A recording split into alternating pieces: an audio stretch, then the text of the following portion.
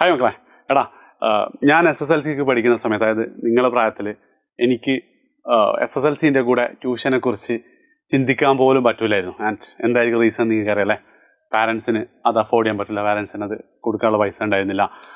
And അതുകൊണ്ട് തന്നെ SSLC എനിക്ക് വലിയ മാർക്കൊന്നും കിട്ടിയിട്ടില്ല. പക്ഷേ +1 +2 എത്തിയപ്പോൾ എനിക്ക് ഭയങ്കര ആഗ്രഹമായിരുന്നു ജീവിതത്തിൽ എങ്ങനെയെങ്കിലും രക്ഷപ്പെടണം. ആൻഡ് അതിന് ഞാൻ പാരൻസിനൊക്കെ ഒരുപാട് നിർബന്ധിച്ച് അവരെന്താണ് ഒരു +1ൻ്റെ ട്യൂഷൻ എൻട്രൻസ് കോച്ചിങ്ങുള്ള സ്ഥാപനത്തിൽ ചേർത്തി. ഞാൻ ഭയങ്കര സന്തോഷത്തോടെ അവിടെ പോയി നല്ല അടിപൊളിയായിട്ട് ഞാൻ പഠിക്കുന്നുണ്ടായിരുന്നു. പക്ഷേ ഫസ്റ്റ് ടേം ഫീസ് കഴിഞ്ഞ് സെക്കൻഡ് ടേം അടക്കാൻ പറഞ്ഞപ്പം എന്താ പറയുക, ഞാൻ വീട്ടിൽ പിന്നെ പറഞ്ഞില്ല. കാരണം എന്താ വെച്ചാൽ എനിക്ക് വീട്ടിലത്തെ അവസ്ഥ അറിയായിരുന്നു.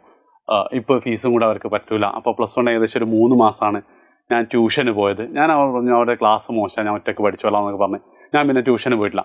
പിന്നെ ഞാൻ +1 +2 പഠിച്ചതൊക്കെ ഫ്രണ്ട്സൊക്കെ തന്ന കുറച്ച് ബുക്കുകൾ, അതായത് അവരുടെ പാരൻസ് അവർക്ക് പഠിക്കാൻ വേണ്ടി വാങ്ങിയിട്ട് അവർ പഠിക്കാത്തതുകൊണ്ട് നീ പഠിച്ചോടാൻ പറഞ്ഞ് തന്ന ബുക്കുകൾ ഉപയോഗിച്ചാണ് ഞാൻ +1 +2 പിന്നെ പഠിച്ചത്.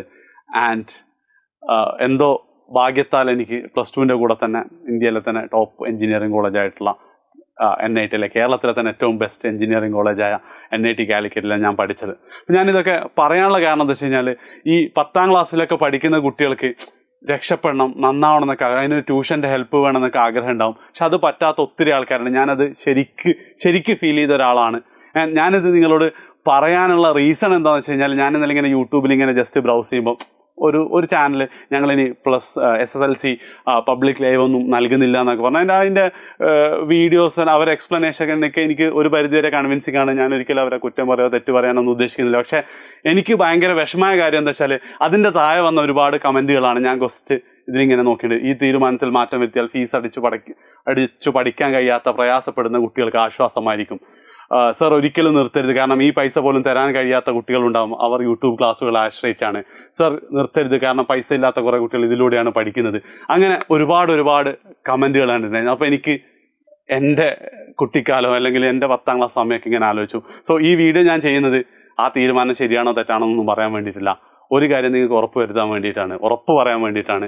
എഡ്യൂപോർട്ടിൻ്റെ ഫൗണ്ടർ എന്ന നിലയിൽ ഒരു കാര്യം കേരളത്തിലെ മുഴുവൻ SSLC വിദ്യാർത്ഥികൾക്കും 2025 SSLC എഴുതാൻ പോകുന്ന മുഴുവൻ കുട്ടികളോടും ഞങ്ങൾക്ക് പറയാനുള്ളത് ഇത്രയേ ഉള്ളൂ. എഡ്യൂപോർട്ടിൻ്റെ SSLC ചാനലിലുള്ള പബ്ലിക് ലൈവുകൾ ഞങ്ങൾ ഒരിക്കലും നിർത്തൂല.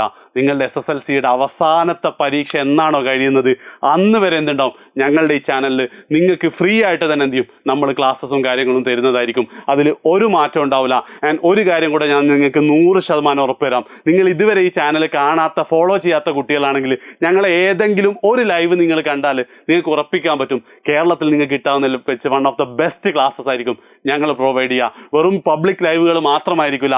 SSLC കുട്ടികൾക്ക് ഫുൾ A+ നേടാൻ എന്തൊക്കെ ആവശ്യമുണ്ടോ, motivation, study tip, sure questions തുടങ്ങിയ മുഴുവൻ കാര്യങ്ങളും ഈ ചാനലിൽ നിങ്ങൾക്ക് 100% ഫ്രീ ആയിട്ട് ഞങ്ങൾ പ്രൊവൈഡ് ചെയ്യുന്നതായിരിക്കും. ആ ഒരൊറ്റ കാര്യം പറയാൻ വേണ്ടിയിട്ട് മാത്രമാണ് ഈ ഒരു വീഡിയോ നിങ്ങൾ ഇഷ്ടപ്പെട്ടത് നിങ്ങളുടെ ക്ലാസ്സിലെ മുഴുവൻ ഫ്രണ്ട്സിനും നിങ്ങൾ ഷെയർ ചെയ്യണം. ആൻഡ് വീഡിയോയെക്കുറിച്ചുള്ള നിങ്ങളുടെ അഭിപ്രായം നിങ്ങൾ കമൻ്റായിട്ടും തരിക.